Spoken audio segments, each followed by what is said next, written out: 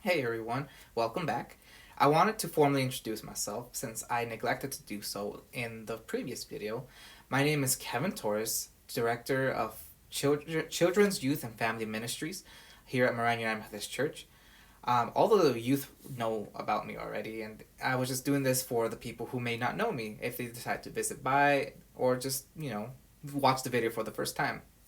Now, I wanted to have a little, I guess, make believe, right? So let's say you go camping. You go to the lake, you go with your family, friends, or maybe just a group of people that you know. And I wanted to ask, what are some of the things you would take there? So for me, at least, I can see myself taking water, uh, matches, most likely, kindling of some sort, sleeping bag, maybe even some of the more bigger things as actual tent, maybe, you know. But one of the bigger things that you probably will take with you is food.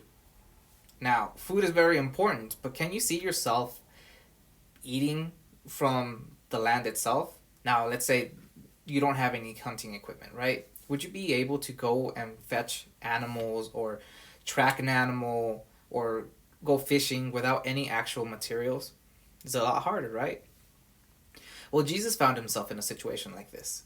He had just crossed the Sea of Galilee and he came up to 5,000 people waiting for him. Now, these people were out in the middle of the desert. How do you feed someone when they're out in the middle of the desert like that? So, Jesus asked one of his disciples, right? He asked them, "Hey, Philip, how are we going to feed all these people?" And just for context, we're reading off right now out of John chapter 6, verse 5 through 6. Now, and I'm just giving a recap, right? But once Philip answered, he says, and Philip, being a really smart guy, says, "Jesus, I don't think we can feed all these people. It's a lot of people, 5,000 people, and we're in a desert."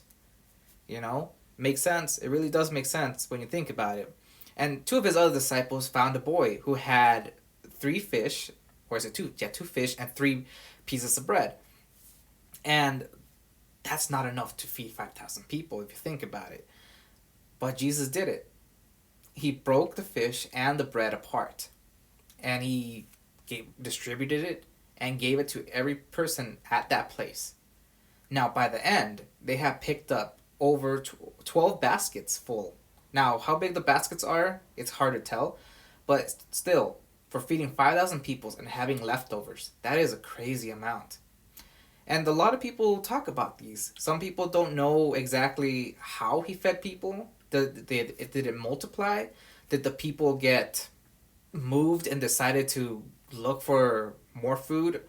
It really doesn't say. But according to John, Jesus made this happen. It multiplied, it showed up, and it fed the people. Now, this is basically one of his most well known miracles that he has done. It's one of those miracles that is also has a very good meaning behind it. It tells you that Jesus will give you as much as you need and will even give you extra.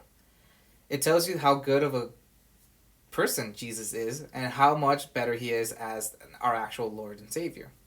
So I really want to thank you for coming and visiting me today. I hope to see you here next time too. But until then, have a good day.